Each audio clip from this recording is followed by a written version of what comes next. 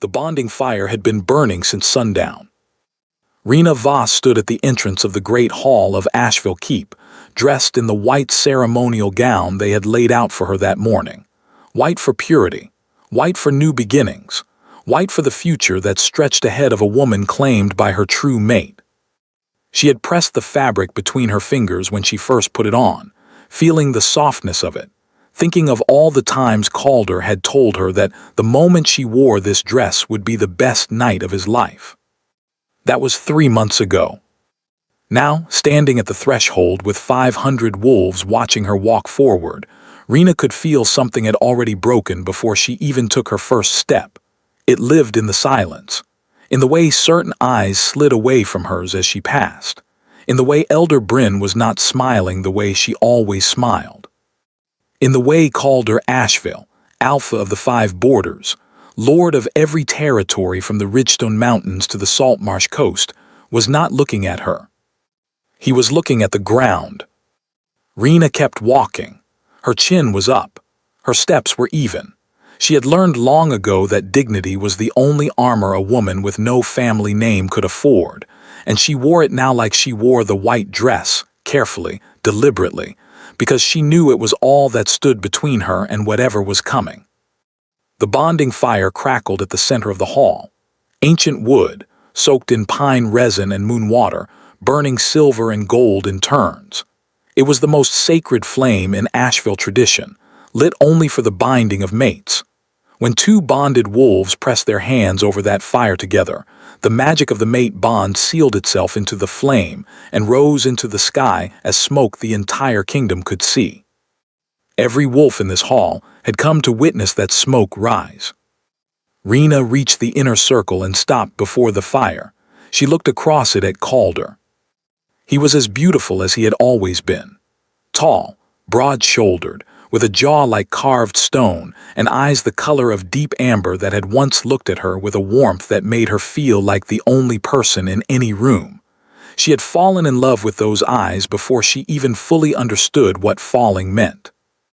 But right now those eyes were cold, not cruel, not angry, just empty in the way that was worse than either of those things, like something that had been living behind them had quietly packed its belongings and left.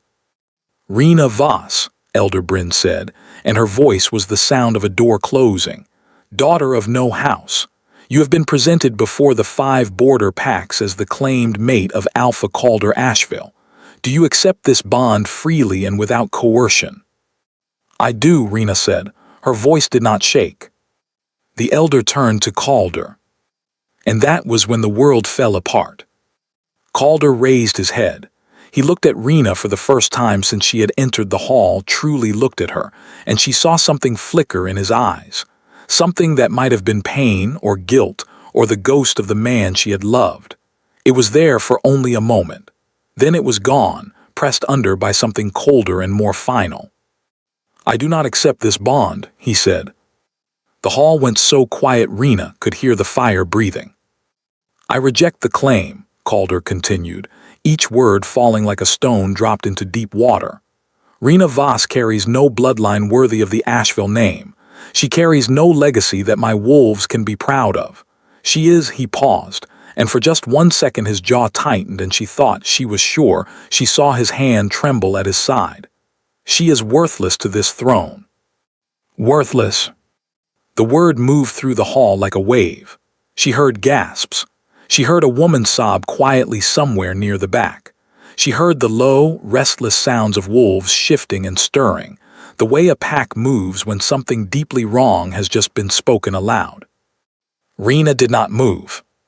She stood before the bonding fire and she did not move, because she understood that if she moved, if she stepped backward or reached for the edge of the circle or showed even one crack in the surface of who she was standing there, she would never get it back. So she breathed. She looked at Calder and she breathed. And then, because there was nothing else to say and everything left to survive, she turned and walked back through the parted crowd without a single word. Behind her, she heard Elder Bryn speaking in a low, shocked murmur. She heard Myra Davin, the copper-haired daughter of Lord Aldrich Davin, who had been at Calder's side in every official court gathering for the past 2 months, stepped closer to the alpha with a soft sound that was not quite comfort and not quite triumph, but lived somewhere ugly in between. Rena did not look back. She walked through the great iron doors of Asheville Keep and out into the cold night air, and she felt the mate bond, that living thread of warmth and recognition that had existed between her and Calder, since the night they first touched, shudder once inside her chest like a candle going out in the wind. It did not break entirely. A rejection could cloud a bond, could suppress it, could bury it beneath shame and denial. But the bond between fated mates could not be truly unmade, not even by the words of a king. She pressed one hand to her stomach, where something small and secret, and entirely her own, was already beginning. She had not told him. She had planned to tell him at the bonding ceremony, in a quiet moment afterward when the fire had settled and they were alone. She had imagined the look on his face. She had played it forward in her mind 100 times, the way his eyes would go soft, the way he would pull her close, the way this child would be the thing that sealed every good thing between them. Now she stood alone in the cold, and understood that she would be the only one who knew.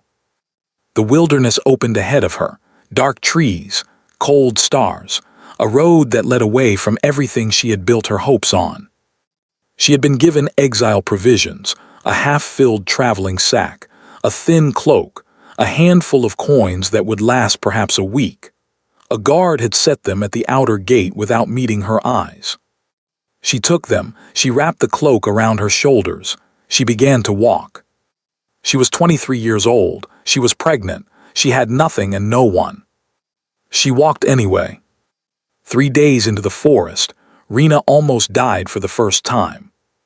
She had been following a creek northward, reasoning that water meant direction and direction meant survival, when the ice shelf she was stepping on gave way beneath her boot, and she plunged to her knee in freezing water. The cold seized her leg like a fist. She crashed sideways into the bank, barely catching herself on a root, and for a long moment she simply lay there with her cheek against the frozen ground, breathing hard, watching her breath mist in the darkness. "Get up," she told herself. "You are carrying someone who has not yet seen the sky. Get up." She got up. That was how the days worked, out here. She fell and she got up. She found water and she found scraps, frozen berries beneath the snow, roots she recognized from a herbalist's guide she had read in the keep's library, the occasional rabbit caught in a simple snare she fashioned from a bootlace. Her hands were cracked and raw. Her feet ached constantly.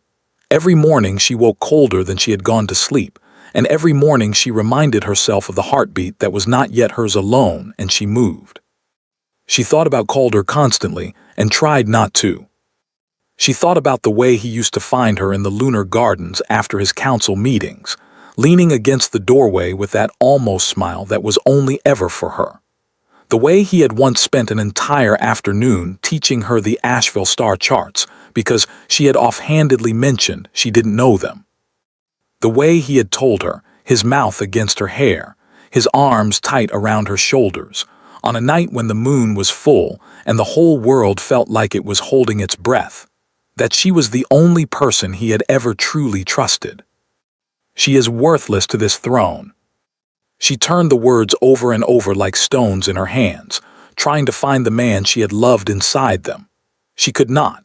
And yet she knew, with the bone-deep certainty that the mate bond carried even now, muffled and suppressed and buried under whatever had happened in those last 3 weeks before the ceremony, that the man who had spoken those words was not entirely the man she had known.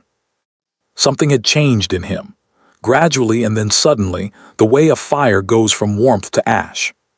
She just didn't know what. On the 7th night, she found the others.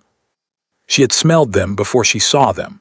3 wolves huddled at the base of a collapsed stone wall in what had once been. Judging by the overgrown foundations, some kind of hunting lodge. They were rogues. She could tell by the way they held themselves, the particular wariness of wolves who belonged to no pack. 2 females and 1 older male with a scar that ran from his ear to his jaw. She stopped 30 feet away, calculating. The scarred male raised his head and looked at her with eyes that were ancient and tired, and she realized slowly, not threatening. "You're from Asheville," he said, not a question. He had caught her scent on the wind. "I was," Rena said carefully, "not anymore." A long pause. Then the male, Edric, she would learn later former beta of a pack that had been dissolved by border wars 6 years back, simply shifted to make space at the wall and said, "Sit, then. There's warmth in numbers." It was not friendship. Not yet. But it was the first time in 7 days that someone had spoken to her without contempt, and she moved toward the warmth before she even decided to. The two females were Senna, young, fierce, with the quick eyes of someone who had been surviving alone long enough to make an art of it, and Osha, older, quiet, with healer's hands that she used efficiently and without fanfare. By morning they had looked at Rena's cracked hands and her thin frame, and the way she instinctively pressed her palm to her belly when she thought no one was watching, and they had understood things she hadn't said. "You're with Pup," Osha said. It was not an accusation. "Yes." "How far along?" "Nearly 4 months." Osha nodded once, with the gravity of someone assessing a practical problem. "Then we will need to find real shelter before the deep cold comes." The word settled over Rena like a second cloak. She had not asked for their help. She had not told them her story. She had offered nothing except her presence at the wall, and these wolves, cast out, broken, surviving, had simply looked at her and decided she was theirs to protect.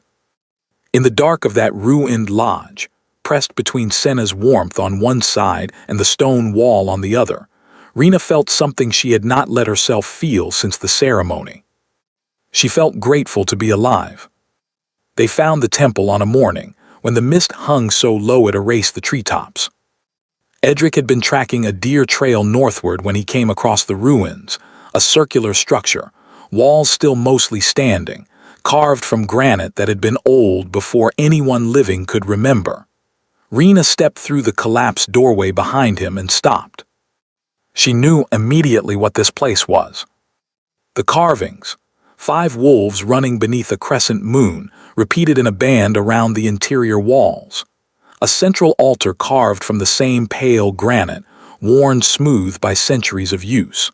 The symbols that framed every archway, the old tongue script that she had seen once, as a child, in a book her grandmother had pressed into her hands before she died. This was a Voss temple, her family's temple. The Voss name meant almost nothing in the 5 kingdoms now. Her grandmother had carried it like a weight, speaking of it rarely and with careful grief. And what little Rena knew suggested her bloodline had been respectable once before some catastrophe she had never been given the full shape of. But standing here, in this place that bore her family's sacred symbols on every wall, she felt the hair rise on her arms. "Give me a moment," she told the others. She moved to the altar alone. Beneath her hand, the surface was ice cold and perfectly smooth, except for one section near the base, where the stone sounded hollow when she pressed it. She knelt, felt along the edge. Her fingers found the seam and she pressed, and the stone panel shifted inward with a sound like held breath finally released. Inside the hidden space, 3 leather-bound journals, wrapped in oilskin, preserved by some art she did not understand. The first journal belonged to a woman named Elindra Voss. The date on the first entry was 40 years ago. Rena sat on the temple floor in the cold and read. She read for 3 hours. When she looked up, Senna was sitting cross-legged nearby watching her with careful eyes, and Rena's face was wet. "What does it say?" Senna asked. Rena pressed her hand to the open page. The words swam. She steadied herself. "It says," she managed, "that my grandmother was the most gifted moon reader in 5 kingdoms history. It says she served the council of 5 alphas faithfully for 20 years. It says she was the one who discovered that the Davin family, Lord Aldrich Davin's grandfather, had been falsifying border treaties to steal Voss land and Voss resources for 2 generations. She paused. And it says that when she brought this evidence to the alphas, The Davin family had her convicted of treason. They forged documents. They paid witnesses. They destroyed her name and scattered her bloodline so thoroughly that no one living would ever trust a Voss word again. Silence in the temple. Myra Davin, Senna said slowly, the woman standing beside your alpha at the ceremony. Lord Aldrich Davin's daughter, Rena said. Yes. She closed the journal carefully. She held it against her chest. Her grandmother had not been a traitor.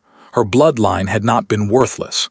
They had been destroyed deliberately, systematically, by a family that had needed them silenced. And that family was still in power, still whispering in the ears of kings, still doing what they had always done. Worthless. Rena felt the word change shape inside her. It had felt like a wound when Calder said it. Now it felt like a key. It unlocked something she had not known was locked, a clear, cold understanding of what this exile truly was, and what her children would be born into if she did nothing. She gathered all 3 journals and wrapped them back in their oilskin. She was going to need them. On the morning of the 7th day after Rena's exile, Calder Asheville woke screaming. Not a sound he made. The scream was inside him, a tearing, animal sound that lived behind his ribs and had no words attached to it, only sensation, loss, wrongness, something vital being cut away from him by a blade he could not see. He sat up in the cold of his chambers and put his hands over his face and tried to breathe. The bond, even muffled, even buried under whatever had been given to him in the teas that Lord Aldrich Davin personally brewed for the king's evening council meetings. The bond found him in sleep when his defenses were lowest. In his dreams, he always knew. In his dreams, Rena was alive and real and looking at him with those dark eyes that carried the particular quiet of someone who had seen hard things and decided not to be broken by them. In his dreams, he reached for her. He woke reaching for nothing. Calder got out of bed. He crossed to the window. Below, the courtyard of Asheville Keep went about its morning routines, guards at their posts, stable hands with their horses, the smell of bread baking in the kitchens. Normal things, the world continuing as though nothing had happened. He had told himself in the 3 weeks before the ceremony that what he felt was the logical result of evidence presented. Lord Aldrich had come to him with documents and letters bearing Rena's name. An account from a pack healer claiming Rena had tried to solicit a blood-masking herb that could hide the true parentage of a child. Aldrich had been careful, sympathetic, deeply concerned. I take no pleasure in this, my king. But you deserve the truth before you bind yourself to a woman who may be carrying another man's pup. Calder had read the documents 3 times. He had noticed, somewhere in the back of his mind, that the handwriting on the letters did not look quite like Rena's, that the healer Aldrich had produced was someone he did not recognize, from a border settlement he had never visited, that every piece of evidence came through Aldrich, never from any independent source. He had noticed all of this and pushed it down, because underneath it was the thing he could not look at directly, that he was afraid. That loving Rena had made him more vulnerable than he had ever been in his life, and some dark, cowardly part of him had been almost relieved when Aldrich gave him a reason to pull back before she had the power to destroy him. She is worthless to this throne. He had said those words and felt them land in her chest through the bond, felt them like blows he was absorbing as well as dealing, and he had stood completely still and let the cold take over because he did not know what else to do with the horror of what he was choosing. That morning he sat in his study and he looked at the documents again. Properly, this time, without the nightly teas blurring the edges of his judgment. He had not taken the teas in 4 days. He had told the servants he was sleeping poorly and preferred only water at night, and he had watched Aldrich's expression very carefully when he mentioned this, and what he saw there was not concern. It was calculation. He pulled out Rena's old letters to him, personal letters, from the early months of their courtship, when she used to leave notes in his library books. He placed them beside the documents Aldrich had provided. The handwriting was not even close. Calder sat back in his chair, and something moved through him like a cold tide, grief and rage, and the particular shame of a man who has let fear make him into something he would never forgive. He had exiled his mate. He had exiled her while she was. His mind went back to certain moments, certain small things he had noticed and set aside without examining while she was pregnant. He stood up so fast the chair scraped back across the stone floor. "Fetch Elder Bryn," he said to the guard at his door, "and tell me where Lord Aldrich Davin is right now." Rena labored in the dead of winter, in a cave system behind a frozen waterfall, with no one but Edric, Senna, and Osha to witness it. Osha had found the cave 6 weeks into the exile, a proper cave, deep enough to hold warmth, with a spring running through the back chamber that never froze. They had made it as comfortable as 4 people with limited supplies could make anything. Fur bedding, a small hearth. Herbs Osha had gathered and dried with the quiet competence of someone who had been healing without resources for years. When the contractions began, Rena was gathering firewood from the cave's entrance. The first one dropped her to one knee in the snow. She knelt there for a count of 10, breathing through it, then straightened and walked back to the others. "It's time," she said. Osha was already moving.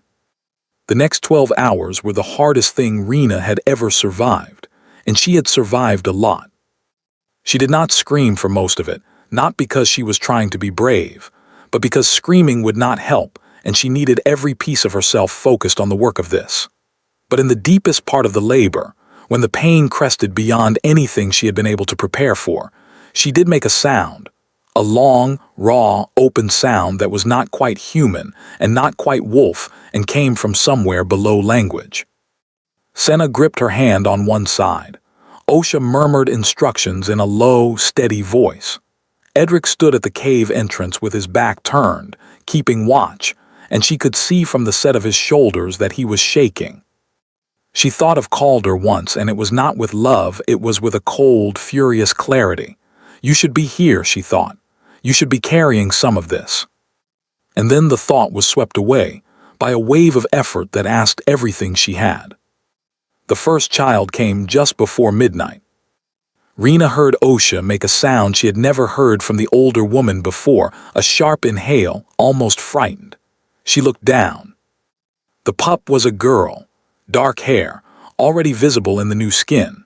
She was perfect and small and crying with the particular outrage of someone who has just discovered that the world is cold and extremely inconvenient. But it was not the crying that made Osha's breath catch. It was the light. Beginning at the child's sternum and spreading outward across her chest in thin, luminous lines like frost moving across glass, but silver bright and warm, was a pattern, a marking. Rena had never seen anything like it in her life. It looked ancient. It looked deliberate. It looked like something that had been waiting inside this child for a very long time and had simply arrived.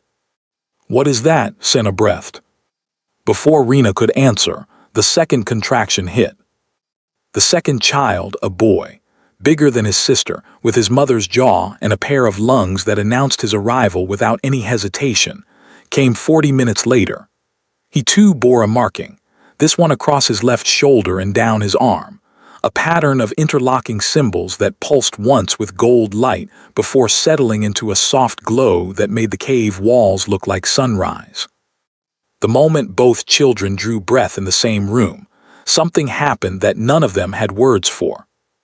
It was not a sound exactly, or it was a sound but one that moved through the chest rather than the ears, a deep, resonant vibration that seemed to come up from the ground itself. The waterfall outside the cave, which had been frozen solid, cracked in 3 places. The spring at the back of the cave ran faster, and the fire they had built, small, carefully rationed, blazed suddenly bright and hot without consuming any additional wood. Osha was trembling. "I have been a healer for 31 years, she said quietly, "and I have attended more births than I can count." She looked at the 2 children in Rena's arms, at the silver and gold light that played softly between them like they were communicating in a language predating words. "I have never seen anything like this." Rena held her children and felt something lock into place inside her, something that had no name but felt like the truest thing she had ever carried. "Vela," she said to her daughter, "and Bran."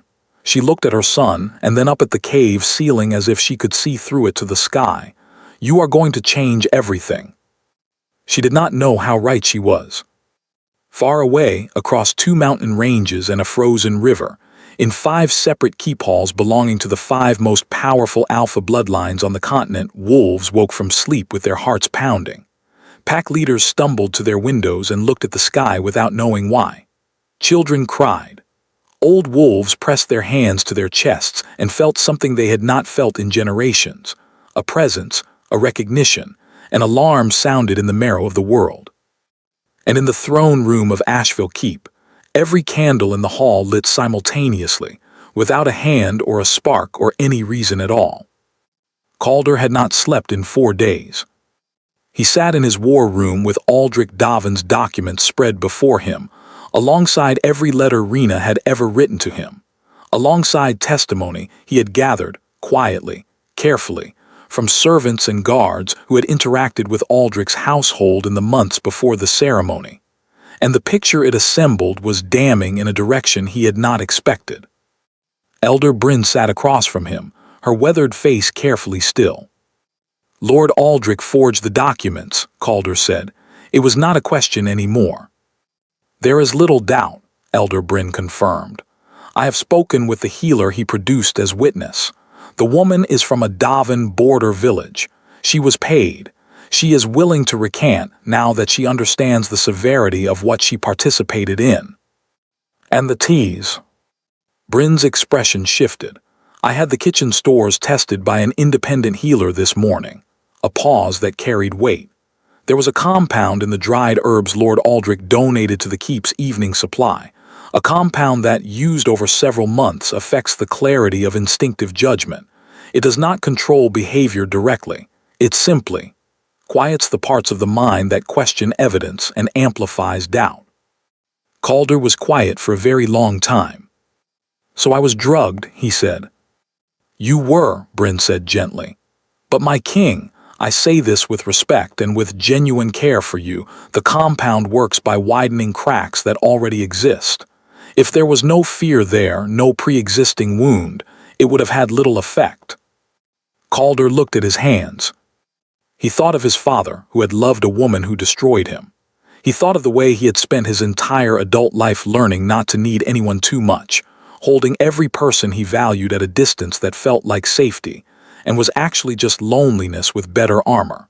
He thought of Rena, who had gotten through every wall without even trying, not by being extraordinary in some grand way, but simply by being consistently, stubbornly, quietly herself. He thought of the moment at the bonding fire when her eyes had met his and she had understood what was about to happen, the way she had not begged, the way she had simply lifted her chin and decided to survive. "She is worthless to this throne." He would hear himself say those words until he died. "Where is Lord Aldrich now?" His voice was very calm. "In his chambers. He is expecting an invitation to dinner."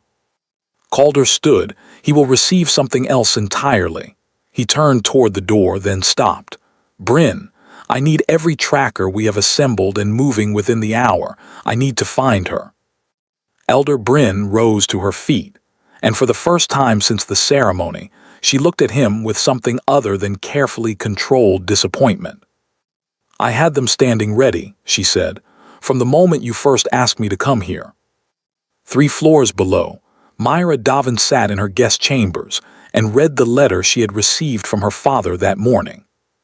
"The Alpha is asking questions. The compound should still be working, but something has changed. You must deepen your position before he recovers his clarity.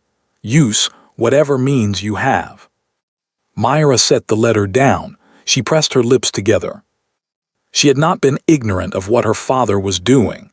She had been raised in this, shaped by it, taught from childhood that the Davin family protected its power by removing threats before they could speak.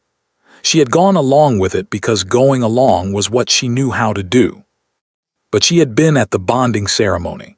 She had seen Rena Voss walk through that crowd with her head up and her face composed, carrying something enormous in silence.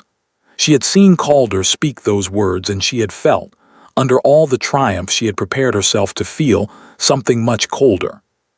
She had seen a man destroying the only real thing he had ever built. Myra Davin looked at her father's letter for a long time. Then she folded it and went to find Elder Bryn.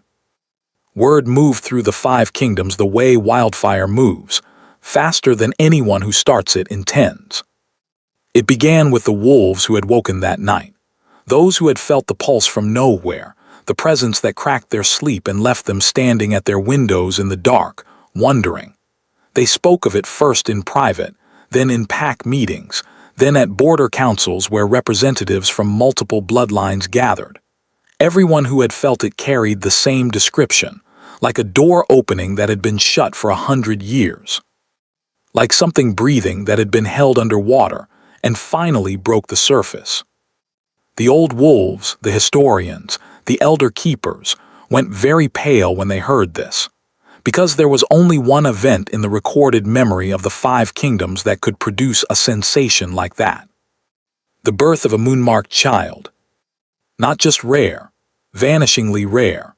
There had been perhaps 4 such births in 500 years of recorded history, children born with the marking, a physical pattern that signified something older than pack law and bloodline politics, a chosen connection to the moon's own power that skipped bloodlines and refused to be predicted and could not be forced or bought or arranged. When 2 moon-marked children were born at once in the same hour from the same mother, there was no precedent for it. None. The elder texts described a prophecy that most scholars had classified as allegory. When 2 markings rise together, the old lies will not survive the light. No one had taken it literally. Now they were taking it very literally indeed. By the time Calder's search party was 3 days into the wilderness, representatives from 2 of the other 4 alpha bloodlines had dispatched their own riders, not to pursue Rena, but to find her, to see with their own eyes what their instincts and their histories were telling them was true. And in the cave behind the frozen waterfall, Rena was unaware of any of this. She was surviving. She was learning to be a mother with no manual and no safety net, with Osha's quiet guidance and Senna's fierce protectiveness and Edric's steady, understated loyalty. Vela was loud and demanding and already had opinions about everything, expressed with a passionate nonverbal eloquence that made Senna laugh. Bran was quieter, watchful, with large dark eyes that seemed to be cataloging everything around him with an attention that felt deliberate for a creature who had been alive for 3 weeks. The markings on both of them dimmed when they slept and brightened when they were awake, responding to emotion stronger when they were distressed, soft and steady when they were content. When they lay side by side, the silver and gold patterns reached toward each other and entwined at the edges, like they were communicating something their bodies had no other language for. Rena watched them one evening while the others slept. She sat in the firelight with a child on each arm and read her grandmother's journals for the 4th time, and slowly the shape of what she was carrying, not just in her arms but in her history, in her blood, in the purpose she had arrived at through the most terrible path imaginable, became clear to her. Elindra Voss had known. The final journal entry, written in a hand that was getting shakier as the days of her imprisonment shortened, described a vision her grandmother had had in the last week of her life. Not a comfortable vision, not a reassuring one, but a specific one. "She will come from my daughter's daughter," Elindra had written, "the last of our name, stripped and cast out and called nothing, and she will give birth alone in the dark with no king beside her. And the children she carries will be the reckoning that my generation could not deliver. I go to my end in peace knowing this. Let whoever finds these pages carry them to her. She will know what they mean." Rena sat very still, with the journal open on her knee. Her grandmother had written this for her. 40 years ago, dying in a cell in a keep that no longer existed, Elindra Voss had seen this cave, and these children and this fire. Rena closed the journal and looked at Vela and Bran, at the soft, intertwined glow of their markings, at the absolute trust with which they slept in her arms, and something that had been cracked inside her since the ceremony settled, not into healing but into purpose. She was done surviving. It was time to prepare. Calder found her on a morning when the clouds broke and let through a shaft of pale gold light that hit the frozen waterfall and set the whole face of the hillside sparkling.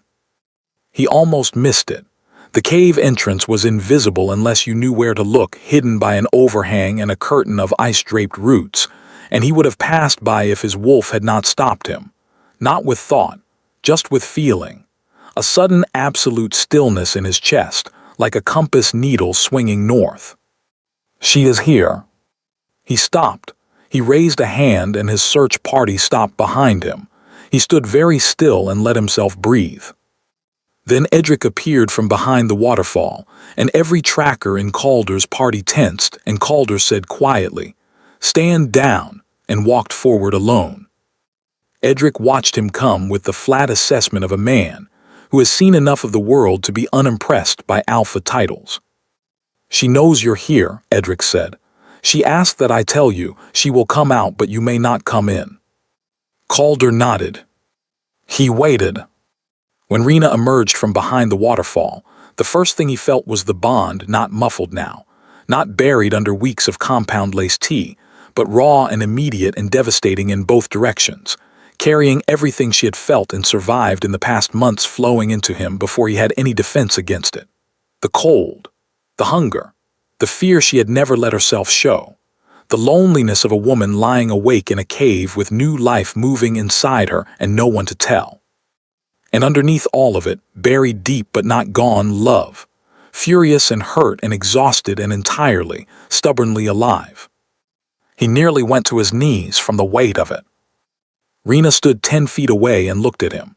She was thinner than she had been, and harder in some way that had nothing to do with cruelty, the hardness of someone who has found out exactly what they are made of and decided to be proud of it. She wore patched clothing and her dark hair was loose, and the only thing she carried was, he saw it then, 2 small bundles in her arms, wrapped in fur, and a light that was not from the sun was coming from them. Calder could not speak. Rena watched him absorb it. She let him see. She let the silence stretch long enough to carry everything it needed to. "You have a daughter," she said at last, "and a son." He made a sound that he had no name for. "You do not get to come to me yet," Rena said, and her voice was steady but her eyes were bright. "You do not get to arrive with a search party and a face like that and believe it undoes anything. I need you to understand what you did before we have any conversation about what comes next." "I understand what I did," Calder said. He did not bother hiding what was on his face. He was done hiding things. "I was drugged, and I let it work because I was afraid and I was a coward, and what I said to you I will spend the rest of my life trying to deserve the chance to be forgiven for." Rena was quiet for a moment. "Who?" she said. "Aldrich Davin. The compound was in the teas he had the kitchens prepare for council meetings. He produced false evidence. His daughter has since confirmed everything." A pause. Myra came to Elder Bryn herself. Something moved across Rena's face that was complicated and not quite what he expected. "I am not surprised," she said. She shifted one of the bundles in her arms, and the gold light pulsed gently. "My grandmother warned me about the Davin family 40 years ago, in a journal hidden in our family's temple, which I found in this forest." Calder looked at her. "There is a great deal," Rena said carefully, "that you and I need to talk about. But first," she took one step forward and turned the smaller bundle slightly so he could see the face inside. Dark eyes, a little unfocused the way new things are, and a silver pattern across the tiny chest that glowed like moonlight. "This is Vela." He could not breathe. And this, the second bundle, the boy, who chose that moment to open his eyes and look directly at his father with attention that was startlingly clear, is Bran. Bran's gold marking brightened. The bond between Calder and his son snapped into place like a physical thing. A recognition so complete and immediate it drove the air from Calder's chest. He put one hand over his mouth. He felt tears come and did not try to stop them, because he was done performing strength that had always been mostly fear wearing armor. "Please," he said, it came out rough, "please let me hold them." Rena studied him for a long moment. Then she crossed the distance between them and placed Vela carefully in his arms. "Support her head," she said quietly. "She has no patience for being held badly." Calder held his daughter like she was made of light, which was not entirely inaccurate. Vela looked up at him with her mother's eyes, and her silver marking glowed, and the bond sealed between them, and Calder felt it fill in spaces in him that had been empty for so long he had stopped noticing the shape of the emptiness. "I should have been here," he said. "Yes," Rena said, no softening of it, no comfort she didn't owe him. "You should have." "Tell me how to make it right." "You start," she said, "by listening. I have a great deal to tell you about what my grandmother discovered about the Davin family. And then we are going to go back to Asheville, and we are going to do this properly, not the way it should have been done at the ceremony, but better. On my terms." Calder met her eyes. "Whatever terms you set." "That is the right answer," Rena said. And for the first time something in her face shifted, not forgiveness, not yet, but the recognition that the man she had loved was still in there, alive, fighting its way back through whatever had been done to him. "Now, tell your trackers to make camp a decent distance away. You and I need to talk alone." They returned to Asheville on a morning that the whole kingdom seemed to be waiting for, though no announcement had been made. Word moves in packs. A tracker tells a border guard. A border guard sends a message to a cousin in the inner city. The cousin tells 3 people. By the time Rena rode through the outer gates of Asheville Keep, not on a servant's horse, not with exile provisions in a thin bag, but at the head of a riding party with Edric and Senna and Osha flanking her and 2 infants in a carrier against her chest, their markings visible even from the walls. The road from the gates to the keep entrance was lined with wolves. They were silent. Not the contemptuous silence of the bonding ceremony, when everyone had looked away from her disgrace. This was a different kind of silence, the held-breath kind, the kind a crowd holds when something they do not have words for is happening in front of them. Rena looked straight ahead. Calder rode a measured distance behind her, because this was not his entrance. He had made clear to his search party and to his household that this day belonged to her. She would set the order of it, and he would follow. The throne room had been prepared for a formal council of reckoning. All 5 Alpha representatives were present. Calder had sent ravens from the forest, and all 4 of the other kingdom leaders had responded, which had not happened in living memory without a war to prompt it. The presence of moon-marked children had a way of commanding attention that even the most political Alpha could not comfortably ignore. Elder Bryn stood at the front, and beside her stood a pale and visibly frightened Lord Aldrich Davin, already in the council's custody. Myra stood apart from her father, her face composed in the careful way of someone who has decided to pay a debt and is resolved not to flinch at the cost. Rena walked into the throne room and the assembly rose. All of them. Alphas who had never bowed to anyone rose to their feet, not from compulsion but from something older and more involuntary. The same instinct that had woken them from sleep 2 months ago, now recognizing its source. Rena stopped at the center of the room. She looked at Aldrich.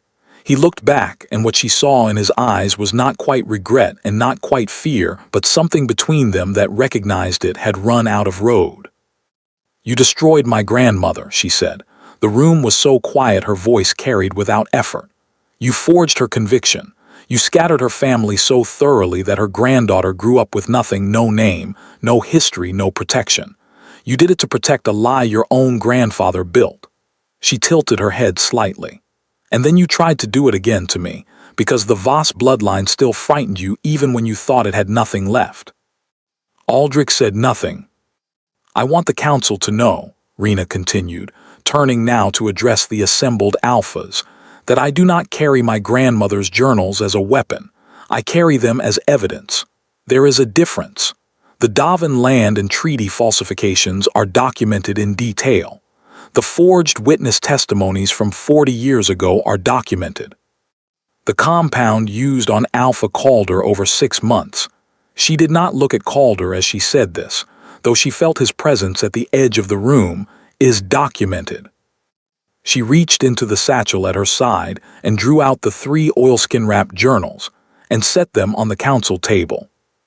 These are for the record, she said, not for vengeance, for truth, because my grandmother believed that the truth, given enough time and the right vessel, would eventually find its way into the light. She looked down at Vela and Bran in the carrier against her chest. The markings on both of them brightened, as if responding to the word truth, or to the room full of wolves whose attention was now entirely fixed on them. The reaction was immediate. Every alpha representative in the room went still in the way of wolves who have just registered a threat or a wonder, unable to tell which. The oldest of them, Aldrich Frayne of the Western Ridge, who had been leading his bloodline for 40 years, and had the look of a man who had stopped being surprised by anything, leaned forward with an expression Rena had never seen on an alpha's face before. Reverence. Moon-marked, Frayne said very quietly, both of them. Both, Elder Bryn confirmed. Her voice was not entirely steady. The room filled with the sound of 500 years of history realigning itself. Aldrich Davin was taken to the council's custody without drama or resistance. He had the look of a man who had always known this day existed somewhere ahead of him and had simply been running from it. Myra's testimony was recorded in full. The documents were verified by 3 independent elder witnesses. By the time the council session was formally closed, 3 hours later, the Davin border territories had been suspended from treaty protection pending full review, and the Voss name, Rena's name, her grandmother's name, a name that had been made into a curse 2 generations before she was born, had been formally restored to the record as a bloodline wrongly condemned. It was not everything, it was a beginning. The harder conversation happened that night. Calder found her in the lunar garden, which someone had kept carefully tended in her absence. She was sitting on the stone bench where she used to sit in the evenings when she couldn't sleep, with both children asleep in a carry cradle beside her, and she was reading the 3rd of Elindra's journals for what Calder strongly suspected was not the first time. He stopped at the garden entrance, waited. "You can come in," she said without looking up. He sat across from her, not beside her, far enough to give her space, close enough to be present. The moonlight came through the garden's open arches and lay silver across the grass, and Vela's marking glowed gently in her sleep like a response to it. They sat in silence for a while. It was not uncomfortable. It was the silence of 2 people who have said the most important things, and are now figuring out what lives after them. "I don't know how to do this," Calder said at last. "I have been very certain for a very long time that I knew how to do most things. I do not know how to do this." "What specifically?" Rena asked. She was looking at him now, studying him with those dark, patient eyes. "Earn you back," he said. "I know what I owe you. I know there is no version of an apology that is adequate. I know that what I said at the ceremony, what I chose, even under the compound's influence, was not just words. It was an action, and actions have consequences." He paused. "I want to try. I want to earn the right to try. But I don't know what that looks like, and I think it has to be something you define, not me." Rena set the journal down in her lap. "What it looks like," she said carefully, "is that we take it one day at a time, and I decide, based on what you do, not what you say, whether the man I loved is still in there and whether he is capable of being better than he was." Her voice was not harsh. It was truthful, which was harder. "I am not going to pretend the bond doesn't exist. I am not going to pretend I stopped loving you, because that would be a lie, and I have had enough of those. But love and trust are not the same thing, and what you broke was the trust." "I know," Calder said. And she added, and something in her voice shifted slightly, not quite warmth, but the possibility of it, like a window opened a crack. You have children. 2 children who are going to grow up in a world that will be fascinated and frightened by what they carry. They are going to need both of us fully present and fully honest with each other, which means you and I have to build something real, regardless of what it costs. She glanced at the sleeping twins. They are worth it. They are, Calder agreed. He looked at them too, and his expression was the one she had seen when she first put Vela in his arms, open and wondering and stripped of every shield he had ever built. They are extraordinary. They get that from their grandmother, Rena said, and something in the way she said it made Calder look at her, and she let him see just for a moment the grief she usually kept very quietly in the back of things. For Elindra, who had written to her across 40 years and never gotten to know she had been heard. Calder reached across the space between them. He set his hand palm up on the bench, an offering, not a demand. Rena looked at it for a long moment. Then she set her hand in his. It was not a reunion. It was not forgiveness wrapped up and finished. It was a first step, one hand in another in the moonlight, which is how most real things begin. Above them, the moon was full and clear, and in the carry cradle beside the bench, Vela's silver marking and Bran's gold marking glowed together in the dark. 3 months later, the bonding ceremony was held again. Not in the great hall. In the open air, on the lawn that stretched from Asheville Keep's eastern gate to the cliff edge that overlooked the Ridgestone Valley below, because Rena had said she did not want walls around her for this, and Calder had said whatever she wanted. The 5 alpha bloodlines were present, representatives from every pack under the 5 Borders Treaty, Edric, Senna, and Osha, who had been given formal wolf's welcome into the Asheville pack on Rena's insistence and Calder's immediate agreement, stood in places of honor at the front. Elder Bryn officiated, wearing an expression of such profound relief that it had smoothed 20 years from her face. There was no silver cord this time, no formal charges read aloud, no one on a raised dais looking down. Just 2 people standing across a small fire from each other, and 2 sleeping children in a cradle set carefully between them, so they were present for this too. Rena Voss, Elder Bryn said, and this time the name was not a designation of no house, no history, no worth. It was simply who she was. Do you accept this bond freely and with full knowledge of everything it has cost? I do, Rena said, not because it is easy, because it is true. Calder Asheville, Elder Bryn turned to him. Do you accept this bond freely and with full understanding of what it requires of you? Calder did not hesitate. I do, with everything I have and everything I intend to become. Elder Bryn lifted the moonwater bowl, the same ritual, the same tradition, and the bonding fire burned silver and gold. When they pressed their joined hands over the flame, the reaction was not what anyone expected. It was not just the smoke that rose. It was light, from their joined hands from the fire, and from the cradle where Vela and Bran had woken at the moment of contact and were now both fully awake, their markings blazing at full brilliance.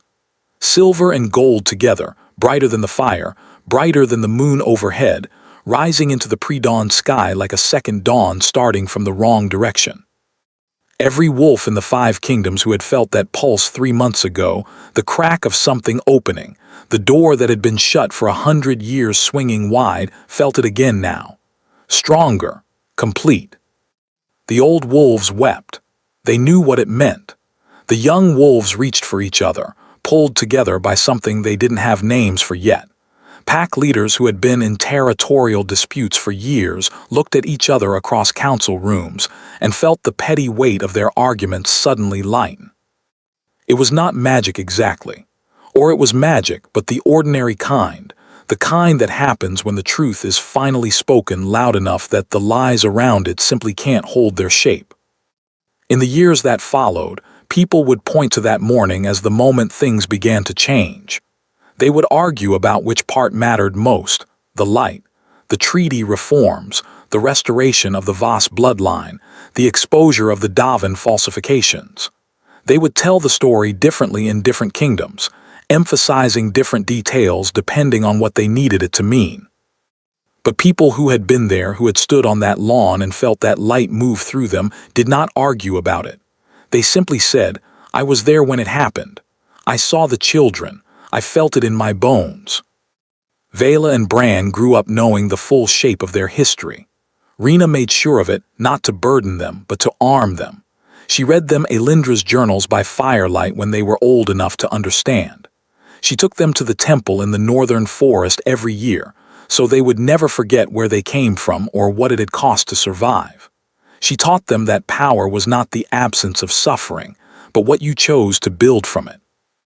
She taught them that the bond between fated mates was real and strong, and also fragile in exactly the ways that mattered, and that love without honesty and trust was just a beautiful cage.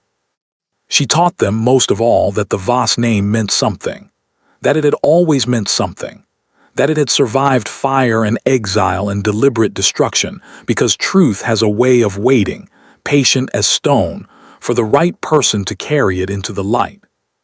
Calder learned to be present in all the small ways that actually counted, not the grand gestures, but the consistent ones. He was there every morning. He was there when they were sick and when they were difficult and when they were extraordinary, which was often. He learned, slowly and not without failure, to trust before he had proof, to lean into rather than away from the things that mattered most. It was the hardest thing he had ever done and the most important. He and Rena were not a fairy tale. They were two people who had broken something between them and spent years rebuilding it into something truer and stronger than it had been before, and they did not pretend otherwise. Their love was not simple. It was earned, constantly, daily, in the choices they made when the easier option was always available. But on the nights when the moon was full and the valley below the keep was quiet, when the children were asleep and the fire was low and the whole world felt like it was holding its breath, Calder would find Rena in the lunar garden, always there, always with a book or a journal or simply with her own thoughts, and he would sit beside her without ceremony, and she would lean her head against his shoulder without being asked. And the bond between them, that living, breathing thread that had survived rejection and exile and poison and distance, would hum quietly between them like something that had always known it would outlast everything else. It did. Some bonds are made in ceremony. The real ones are made in what comes after.